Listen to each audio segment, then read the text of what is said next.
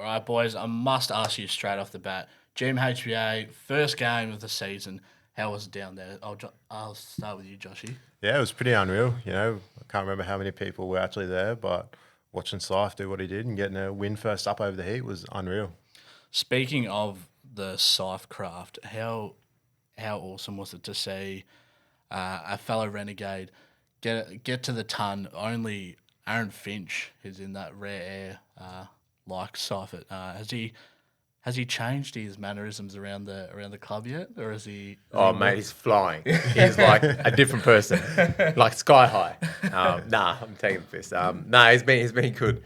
He probably, he tried real hard for us last year, and probably, from his point of view, maybe didn't score as many runs as he would have liked and have the impact on our games. But this year, he started off with a bang, and I hope he scores another 1 or 2 hundreds this year for us. That'd be good. When a batsman gets on a tear like that and finds just form that feels like you don't know how to bowl to them, what is the game plan to bowling to such an informed batsman like that? I think try and slow the game down a little bit if you can. I know it's hard with the over and innings timers, but wherever you can, just try and 5 seconds, 10 seconds, wherever you can, just try and slow it down a little bit, and then personally try and not bowl to him. Whether just trying to get him off strike, first ball, the over or something if you can. And then try and just get him up the other end for as long as possible and sort of get him out of just facing every ball and just, crafting his swing and just grooving that swing, trying to get him at the other end and go, you know what, you're not facing a ball here for 3 or 4 balls. And then when you come back on, he might be like, oh, crap, I haven't faced the ball in a bit. He might just lose his timing, you hope. Anyway, so that's probably something that you can try and do. Are there any little gems on Timmy Seifert that we could speak to him about in future episodes? Has he got any weird quirks? Opening partner, what do you got for us? Oh, I don't have a lot, eh? Maybe last year when we played in Sydney, he got a little bit too sunburned at Bondi. Oh, didn't that's care right. to admit it. Yeah. Yeah. He went no sun cream. Yeah. Oh. And his back was red raw, probably as bright as our shirts. So, yeah, that's maybe something. Yeah, that was a good one, actually. Yeah, didn't tell the boys, did he, for a while? And his fear of snakes, which we found out the other day in the car. Big. Oh, petrified. Petrified. Yeah. Okay. Yeah, we found out on the way back from our little appearance we had to do the other day. So, yeah, that was a big one. Okay. Oh, good thing there's not many snakes in New Zealand. Couple of pranks coming, I reckon. Yeah. Josh, I'll ask you. You're known as one of the clean hitters in the competition. When did you sort of find that you had this sort of this knack of being able to pick up the ball off such a good length and be able to find the fence quite often? I think I always sort of knew how to hit the ball hard. When I first started off, I only had one shot, which was a big swipe across the line. So I had to go the other way and actually learn how to, hit the other shots around the ground, even for defense, which is a big one. Obviously, you don't see too much of it in T20, but that took me a long time to learn how to do that. So then I wasn't just slogging every ball. Gurinder, you've obviously been around the traps for a long time. You played a lot of cricket.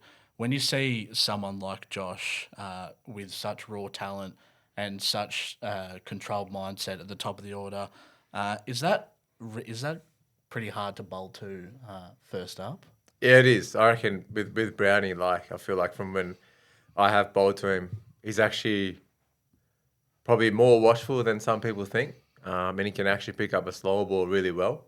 So I think that's what actually makes him quite hard to bowl to. Obviously, he's got the power, but then actually a real strong base and a really good, I guess, for him, how he watches the ball and picks up cues of bowlers. He can pick up a slow ball probably as good as most people and then put that together with this power. It's actually real hard to bowl to, especially when he debuted. I think it was against the Sixers in the BBL. Is that right? No? Was that his second game? Second game. Debuted against the Gades.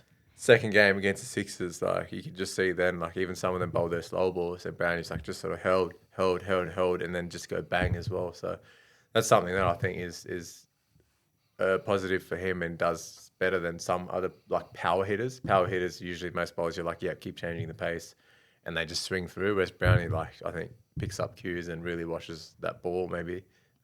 He can probably elaborate, but I think that's what probably makes him stand out a bit. Is there something that the fans might not know about you beyond the boundary rope? Is there any sort of hobbies or weird interests that you have? Yeah, I mean, there's a few hobbies that I've got. Like obviously golf. Everyone knows if you play cricket, you probably play golf. But got a pretty big die-cast car collection. Probably, I don't know, 7,000, 8,000 cars. So, and also cricket bats. Chicken 65. That's coming up soon. Is it? Yeah, I love Indian food. Gurinder, have you enjoyed your time at the Renegades? Obviously, spending quite a few years at the Thunder, and you've been obviously around the world with a lot of white ball cricket. How have you spent? How have you felt down here with the Gades? I've loved my time so far. All the boys here, the squad, the coaching staff, like it's been really good, really different from my experiences at the Thunder. I feel like here we're like a lot more, I guess, relaxed, calm, and it's kind of the onus is on the players in terms of preparation and to be ready for a game. It's like, this is your career, it's your game. Chat to coaches, what you're thinking, what you want to try and do, and we'll try and help you do that to the best of our abilities from the coach's point of view. So I think that's awesome because then I guess probably us two who are a bit more experienced, that kind of helps. Maybe if you're a younger player coming through, you might need a bit of guidance and chats from senior players or coaches to be like, I reckon this is your type of game and maybe you should do this for prep. And then as they go through, they'll figure out what works, what doesn't. But yeah, for like myself especially, I feel like I know what I need to do to be ready for a game. So coming into this environment, it's been unreal. I'll go back to you again, Gurinder. You're obviously a talented and very experienced death bowler, and I feel like a lot of the times when the backs are against the wall, the skippers always turn to you for the last couple overs. What sort of preparation or what expectations do you have on yourself to be able to finish the game strong? And is there any sort of extra training that you would do to really help with your death bowling?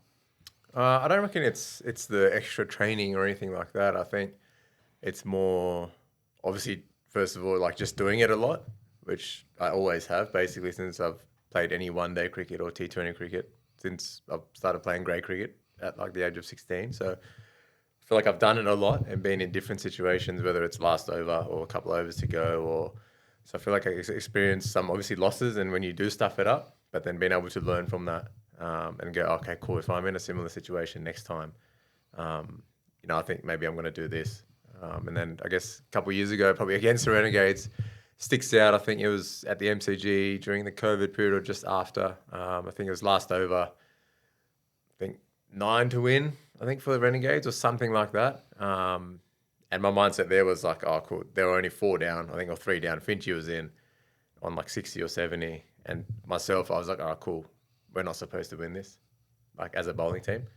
So I was trying to put that pressure back onto the batters in my mind. I was like, oh, they're the ones that are supposed to win this game. So it's theirs to lose. And I think Uzi was our captain at the time at the Thunder. And it's a similar boat. He was like, oh, bit of fun here. Let's see how we go kind of thing. Like, we're not supposed to win this. So I think that in that instance and most instances is what I try and do, if possible, put that pressure off me and kind of back onto the batters. And even if it's 10 or 12, I just think like, nah, this is their game to win. Like if we win from here, it's almost like a miracle. Like we're not supposed to win in terms of just the mindset to then be able to relax, think clearer, and hopefully execute better. So that's kind of something that I try and do a little bit. Brownie, have you ever faced Gurinder in maybe a big bash game or domestically in another white ball comp or at grade cricket level? Yeah, I reckon I faced him once in Big Bash. Yeah. And then maybe a couple times in club cricket. Is he hard to face? Yeah, hard to line up. Gets a bit extra zip off the wicket most of the time. I remember first watching, everyone's like, watch his hand. He'll run in, bowl a big off cutter. And then I remember watching one day, we were playing a 2020, and he runs in, he's holding it like he's going to bowl a big off cutter. And then it was just like a quick Yorker. I was like, oh, okay, cool. Cheers, G. But yeah, very difficult, very difficult. I'll go back to you again, Josh. Your mindset when you're opening the batting, obviously you want to go out there and from ball one, the field's set for you to sort of tee off early. What's your mindset to sort of ease your way into an innings? Well, I guess it's pretty simple. Like I just watch the ball and react, hit it where it's meant to go. There's not too much more to it. Like obviously bowlers are going to bowl good balls, but you just got to be ready to hit them when they bowl a bad ball. obviously having the 2 up at the start for the first 4 is a bit of a Helps free batters, hit. doesn't it? Yeah, bit of a free hit at the start if they miss. Obviously, you had an absolutely insane finals campaign at the Heat. You were seemed to be hitting everything over the boundary. What was the like? Obviously, you had the same game plan as everything, but how was it? How did it feel for everything to sort of come off the way it did? Yeah, I guess if you look back at that, like the game before, I think I got 15 off 22. So I look like a fool out there at Carrara. And, you're getting sprayed by everyone. And then to turn around and do that the game after, it just felt unbelievable. Felt like all the pressure was gone. Yeah, I just stuck to my guns. I knew I'd been hitting the ball well at training. I just knew, like, something was going to give. I was going to, just felt like, without being too arrogant, like it felt like a big score was coming. So it was just trusting the process, I guess. Boys, obviously, with the Big Bash being 20 overs, it's quick, it's fast, the game can swing, and momentum can shift. The snap of fingers, wickets could be flying, sixes could be getting hit. In the field, who's the one person you sort of look to calm down? And most of the time, it's just skipper. But is there anyone else especially in the Gades side, that you look to sort of calm everyone down and sort of level it out a bit? I think I'd say we sort of all look to each other. Like we're a pretty tight group, so it could be something. You could say something with nothing to do with the game. Like the other night, I was looking at Barrendorf and we are just talking smack about a few years ago. So, but we're just smiling and having fun, like when the Heat were going. So that those sort of things to sort of take your mind off it for a second. You need that switch off. Otherwise, if you're thinking about the game too much, you're just going to get drained more and more.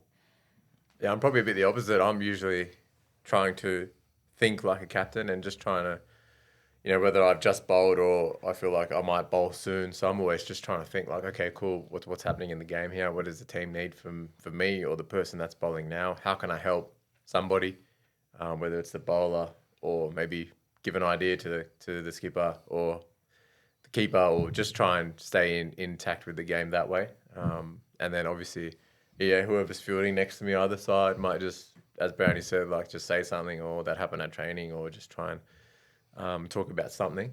But yeah, I just try and stay involved in the game and just try and be thinking like a captain. So if there's something I might have an idea or something, I can pass it on or say something to somebody that might actually help us by 1%. That might then help another 5% later, and then we might get a win because of that, maybe. So I just try and stay involved in the game that way. What's changed the most about fast bowling in T20 cricket? Obviously, you've been around since the birth of the Big Bash. What's changed the most since you debuted in T20 cricket, and how have you sort of adapted to that as a bowler? Well, I reckon batters definitely going harder up the top now. Then I first played in BBL2. So back then, the first 6, it was almost like the first couple of overs, the batters were just sort of like getting in. And if you bowled a bad ball, they might hit it for 4. And then they tried to cash in like from overs 2 onwards or 3 onwards for the last couple of overs of the 6-over power play. There wasn't a surge back then. So now there's a power surge as well. So that obviously, it makes it harder as a bowling and fielding team. But then I feel like it's almost helped bowlers actually get better too, in terms of bowling and going, you know what, this is a pressure situation. I have this field and I can actually do this. Like, whatever that skill is that they've actually picked up from bowling in the surge or practicing it even. So I think it's really helped the bowlers probably upskill. And I don't know if it's actually on a batting point of view, I don't know how that has affected batters. But from a bowling point of view, yeah, I think people are going a lot harder now. There's obviously a surge where some teams do bat to, and obviously you find yourself in that situation. And then I just think throughout the whole order, like people are just better hitters of the ball. And now like people are like a striker out of 120 or 130 now, it's almost like, oh, you're blocking them, mate. Like, get on with it. Where back then, if you're striking at 120, 125, 130, it was like, oh my God, this is like, crazy. Like, oh my God. So I think it's definitely changed. Batters are scoring a lot quicker. Bowlers are under more pressure. But that does also bring wickets as well. And I think the bowlers have upskilled. Take us back to, obviously, your Australian debut. Lots of fond memories in the green and gold, I can imagine. How does it sit with you currently that you've played a couple of ODIs for Australia, and you're such a, I'd say, an experienced spearhead for this Renegades group? I mean, yeah, it's always awesome. It's something, I guess, growing up, you're always like, oh, like, you're watching TV, you're watching, when I was growing up, Glenn McGrath, Brett Lee, Michael Hussey, like all these guys on TV, lucky enough to play with some of these people. And then it's just always like, oh, yeah, I want to do that. Hopefully one day, hopefully one day. And then you get there, you do it. And you're almost like, oh, cool, like that was awesome. Um, and then now it's almost like, it's still a goal. I feel like anyone who's playing domestic cricket, whether it's Big Bash, Sheffield Shield, one day cricket for a state team, I feel like in the back of their minds or a goal of theirs is always that, to play and to go one step further, whether it's Test cricket, one day cricket, T20 cricket for Australia. So it's something still like I'd love to go back again, and I feel like I'm a lot better now than I was when I played at the age of 21. I think it was. I feel like I could do heaps better if I ever get a chance now than I was or I did do at that age. So I mean, yeah, great memories. I'd love to do it again, but I can like sit back and go, I've got that cap 206, I reckon, for ODI cricket for Australia. So it's like no one can ever take that off me now, which is pretty cool. Do you feel like you could have had more of an opportunity? Obviously, you said you were a young 21-year-old in the side, and obviously you're a lot more experienced now. Do you feel like you could have sort of paved the way and gone into maybe the T20 side as well? Oh, I mean, yeah, I could have. Well, I think that just a couple of years after in Big Bash cricket, I probably didn't do as well as I had the previous years. Whether people just got a bit more accustomed to the way I bowl, or whatever it was at the time. So yeah, it just wasn't to be really. But I think since I've moved to Brisbane, probably the last 5 or 6 years, I feel like any format I've played, I've done way better than I did when I was a youngster coming through. So I feel like, yeah, as I said before, my game's really at its peak now, 32 years old. So it's kind of like when you peak almost as a cricket player, batter or bowler, 30, 32, 33, around there.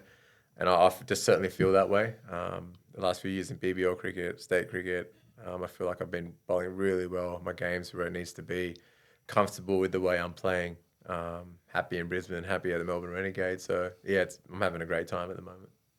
Boys, I'll ask you both, but I'll start with you first, Brownie. What does a perfect match day look like to you from waking up to the first ball that you face on game day? Yeah, my answer's going to be very different to G's here, I reckon. When I wake up, I'm straight to the coffee and just pretty much chill. Play a few games on the phone, same as throughout the day. Then go have lunch. Usually don't really eat brekkie, so skip that. Have a nice lunch, then probably just watch Netflix or something, to be honest, up until I have to leave for the game. Nice and chill. I like it. Gurinder? I'm similar. I'm pretty chill. I try and BBL game day, try and sleep in as much as I can. So hopefully waking up around 10 if I can. Which then by the time you get up, brush your teeth, do whatever, 10:30 probably. And if it's an away game, go out, maybe grab a coffee or breakfast with some of the boys. Come back, might jump in the gym, do like a priming session, which I've just started to do this year actually. Haven't been a big fan of it, but jump in, priming session, and then maybe have a feed after that, and then put some music on, listen to some music in the room, chill, get ready, shower, whatever, and then off on the bus, team bus, off to the ground, and then bang, ready to go. I can tell you've been doing the primary session. Yeah, mate. Look, Peak fitness. With the Big Bash being such a quick tournament, it's played, all your games are done like that. Are you one to watch opposition footage much, or is it sort of more of an instinct thing for both of you, just sort of going into the game, sort of backing in what the coaches and the leadership have got to say and sort of just sticking to your plans from there? I'll ask you first, Brownie. Well, I guess coming into my 4th year now, the first year, 2 years, I did watch a lot of footage trying to understand, what blokes were doing, what they're going to try and do to me. But now this year I've sort of taken a step back on it and just only looking at new blokes that are coming in to see what they're doing, try and get a read on what they're doing. So yes and no, I guess, is the answer for it. Gurinder, has it changed for you in your times of playing Big Bash cricket, or has it sort of been always one way? Yeah, I reckon when I first started playing, we used to have a lot of meetings, bowlers meetings, and like almost a few different plans for each batter. And then for me, that's too much information. I like to always what my plan A is, what am I really good at, and what do I know that I can really nail in a game. I always try and go to that first, and then plan B, I'll try and be like, all right, cool, this batter's this type of batter, and then how can I use those skills and mold them and fit them into bowling to this type of player. And then, yeah, definitely listening to bowling coaches and like captains. And when we have our meetings, always trying to tune in and make sure, oh, cool, is there something that I can use? Might be as a plan B or a plan C that, if I'm not nailing my Yorker or whatever it might be, that I can fall back on and have a plan B or plan C. So I'm like a bit of both. And I'll try and watch every game of Big Bash as well if I can, just to see what's happening, what are people doing at different grounds, what tactics are they using, in the power surge or the death, or what batter scoring heaps of runs, where's he hitting most of his runs. So I try and get my info that way by actually just watching the game. So I asked before about perfect match day. I want to know, what does an off day look like for you boys? Gurinder, I'll start with you. Day off for me, I usually try and get to the gym at some stage. Obviously, like we're lucky where we stay and stuff. We've got like saunas and pools, so definitely jumping in the sauna and jumping in the pool for like that recovery sort of setup. And then again, still trying to wake up late, stay on that time zone of like waking up late for game day. And because if you wake up early on game day, I'm just waiting around for the game. I'm cooked by the time the game comes around. So yeah, sleep in, coffee, brekkie, go to the gym, sauna, pool, chill. Watch the game at night, whoever's playing, bit of dinner, go to bed. 18 holes for you, Josh? Yeah, usually I try and sneak out, get around to golfing somewhere. And then other than that, it's just back to the hotel and chilling out if there's not much else to do, really. Beautiful. Gurinder, can you tell us about your heritage and how that's molded you into a cricketer and a person that you are today? Yeah, so my parents, I'm Indian background, so my parents moved to Australia, testing me here. I reckon they moved in like maybe late 80s, I think. So they migrated to Australia. Yeah, grew up in Western Sydney.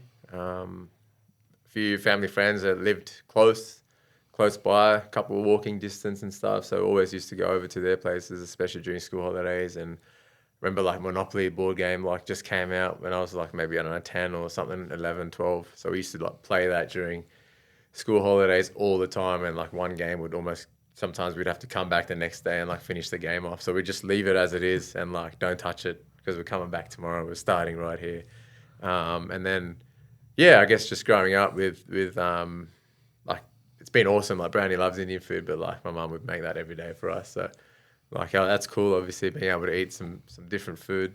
And yeah, I guess it's a bit different to.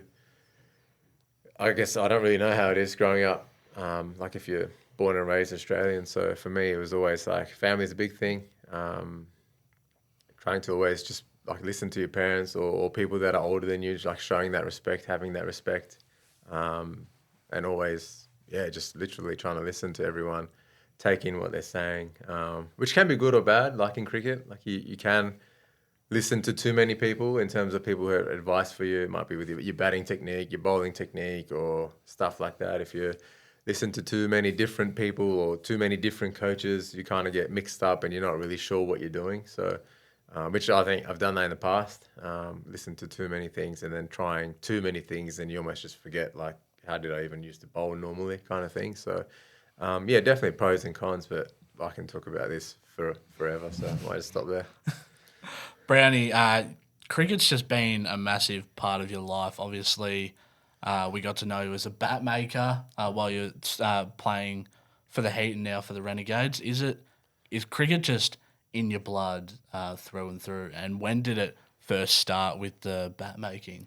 Well, the bat making first started in 2020. Yeah, I did a season over in the UK. I come back, got real sick, didn't have a job, and then I got a phone call one day saying, "Hey, we need some muscle to come and help." It was actually for the same company but doing signage, and then yeah, so went out, helped out, and then sort of fell in love with the bat making side of it from there, and yeah, haven't looked back. Like the last 2 years, probably haven't made as many bats as I would have liked. I do miss it at times, but yeah, it's been hard to switch off from cricket, especially having that around all the time. Have a few of the boys or a few mates outside of cricket been saying, "Hey mate, can you just chuck us one of your sticks or make us a little custom number?" Yeah, there's been a bucket load. So it's hard because I'm like the sort of bloke that wants to help everyone and give everyone one. But unfortunately, it's a business. You got to make money somehow. Yeah, I don't really know what else to add to that. Yeah, both very well travelled individuals. One place that might surprise most people that you've enjoyed visiting in your cricketing travels. All my cricketing travels. I'll probably say Bermuda is one of my favourite places to play cricket. Yeah, beautiful country. The food was unreal, surrounded by the ocean. Beautiful golf courses. So, What about yourself, Gurinder? Oh, I like going back to India when we go and play there, whether it's like an Aussie A tour that I've been on or like once in the IPL. I always enjoy going back there. One for like the food, and like they obviously love cricket, so it's awesome to go there and play cricket. It's pretty cool to experience that sort of like craziness. Some people might not like that, but I kind of enjoyed it. It was pretty cool to be a part of and witness. Very much so.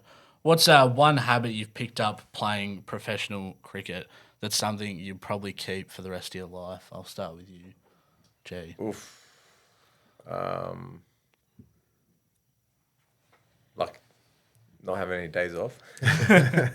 Feel like it's always like you're training like bat ball, fielding, or you're like in the gym or like something. I feel like, which is probably it's not a good or bad thing because sometimes you do need, like as we talked about before, like recovery days and rest to make sure you're ready to go again. But I feel like sometimes when I don't do anything, I'm like, oh, like I should be doing something. Like what's going on here? Like this can't be right, kind of thing. So I get that a little bit. What about yourself, Josh? it's probably sleeping in, to be honest. Like it's a pretty bad habit to have because like my partner wakes up at 5 a.m. every morning and I'm usually asleep till 8:30, 9 o'clock. Just because of that big bash schedule, you can adjust your sleep schedule, but I don't really want to. What else am I going to do during the day if I'm not sleeping in? Usually don't tee off at golf till midday anyway. So Now, Jay, I see you're wearing one of your pieces, the humble clothing. Is this something you might take into post cricketing? I'd love to. Right now, it's probably just like a little side hustle and just trying to just get my feet wet and just see what it's all about and what it requires to do. But like these are awesome. These oversized tees, like just dropped them this summer. Good experience. Like just even what is like? How do you make a t-shirt? Like how do you create a t-shirt? And for me, like always being a bit taller and different, so I feel like normal sizes like never really fit me that well. I know these days we've got like oversized and stuff like that sort of come in, which is obviously pretty easy for anyone. But like, a few 5, 6, 7 years ago when that kind of wasn't a thing, I was like, oh, things would always fit well, but they'd be always like really short on me, being 6'5", 6'6". So it's been cool. Just, like a streetwear brand, just trying to build it and then, keep ticking it along. And then hopefully it's in a place where when I do finish cricket, it's like, oh, you know what, it's doing okay. I can like sort of make a living out of this and then put even more time and effort into it to then try and even scale it to a new level. That'll be pretty cool. Humble clothing in the comments. Bang. Josh, obviously, when you joined the Gades last year, you brought the group in on your personal story as well with your mum's brush with skin cancer. Can you tell us a little bit about that? Yeah. Well, obviously last year, Mum had a pretty big melanoma cut out and sort of, just went for a regular skin checkup and found it. And then obviously after I found that out, I sort of was a bit rattled as to what was going on. And then I actually partnered with a sunscreen company last year to try and raise awareness as well about what was going on with, skincare, because most Aussies, they think they're tougher than the sun. So it's a bit tough to explain that to people that you need to, look after your skin, because skin cancer is a real thing and, it will kill you. Like, sounds pretty brutal if you don't look after it, but obviously making sure now that I'm getting my skin checked all the time, even when I go outside, I got sunscreen on, because you get burnt as soon as the UV goes above 3. Even on overcast days, most people think, oh, I'm not going to get sunburn today. It's fine. But I think today's an overcast day and the UV's at just under 9, so your skin's still getting damaged. Now, on the topic of skin, I can see you've got some pretty sick ink. Have you got a favourite tattoo, and what is the total number of tats you've got? Yeah, I do have a favourite. I don't know what the total number is because I sort of went the stickers on my leg, but I think it's maybe like 8 or 9. My favourite tat would have to be Garfield. It's probably, my first cat. His name was Garfield, and grew up watching Garfield and Odie, like, the TV show, movies.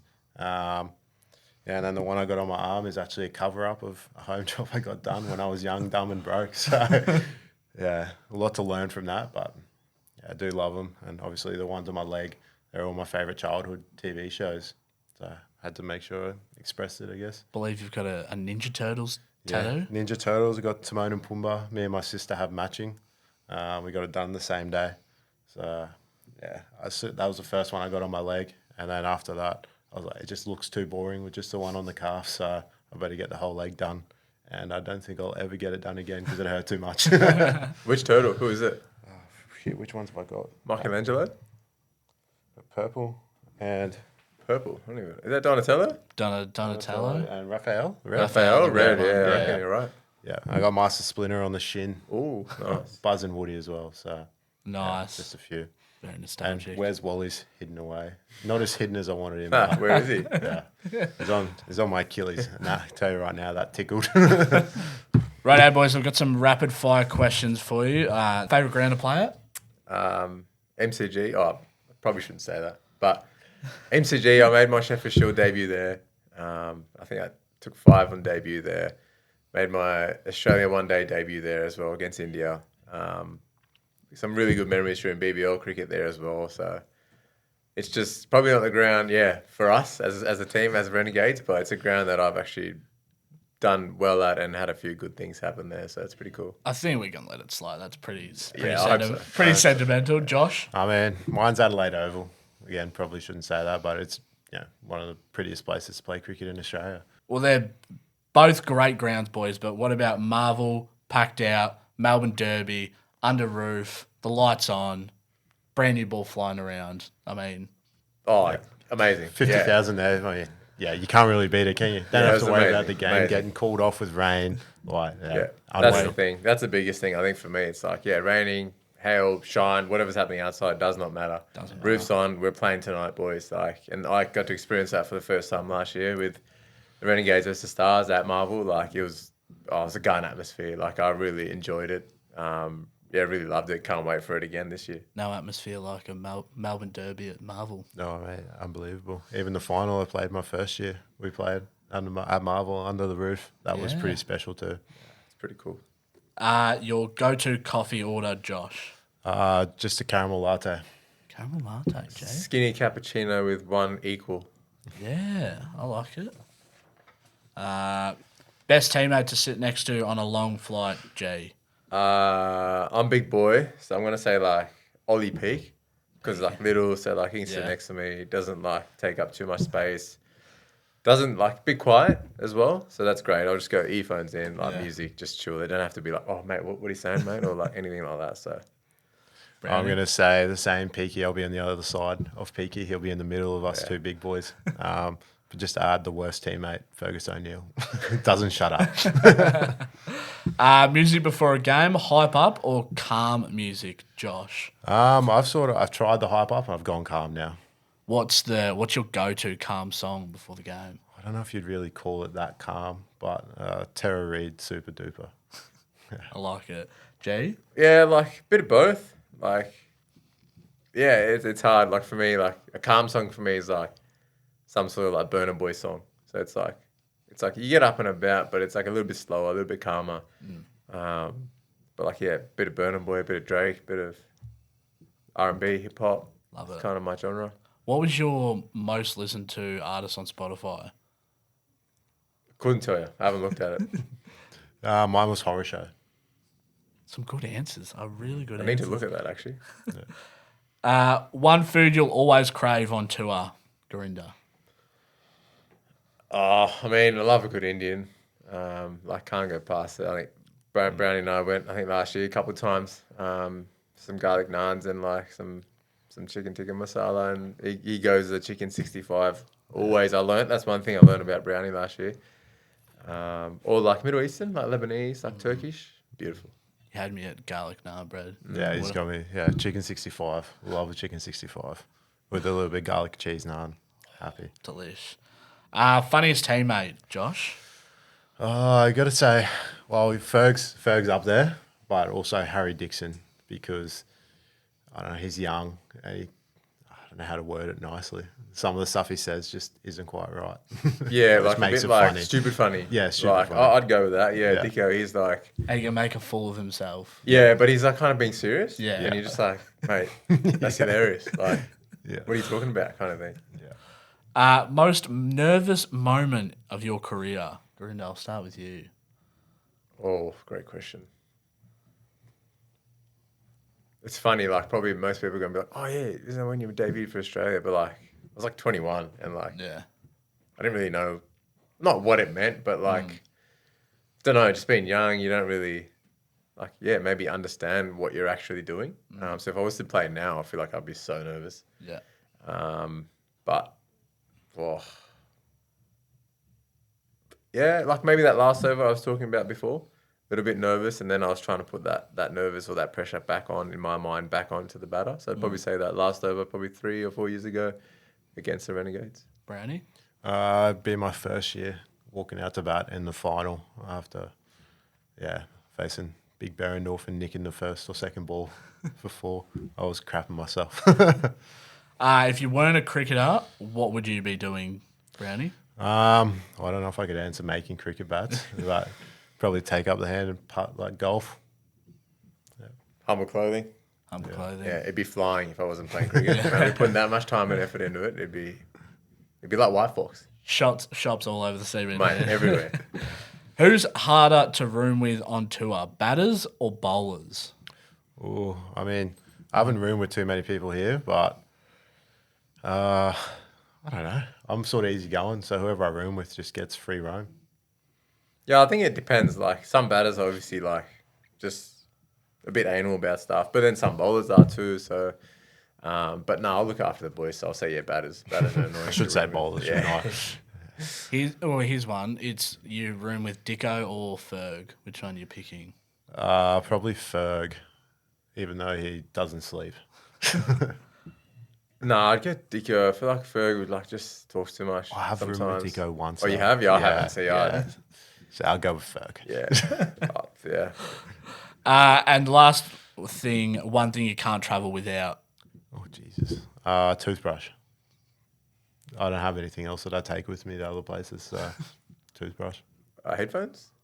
Pretty good. Like, yeah, you're on a plane, like especially to Perth. Yeah. God no, mate, you're cooked. You've only got a toothbrush. That's all right. What are you gonna listen to? My teeth are fine. How can you listen to anything, mate? No, just borrow the You'll brush them plain five headphones.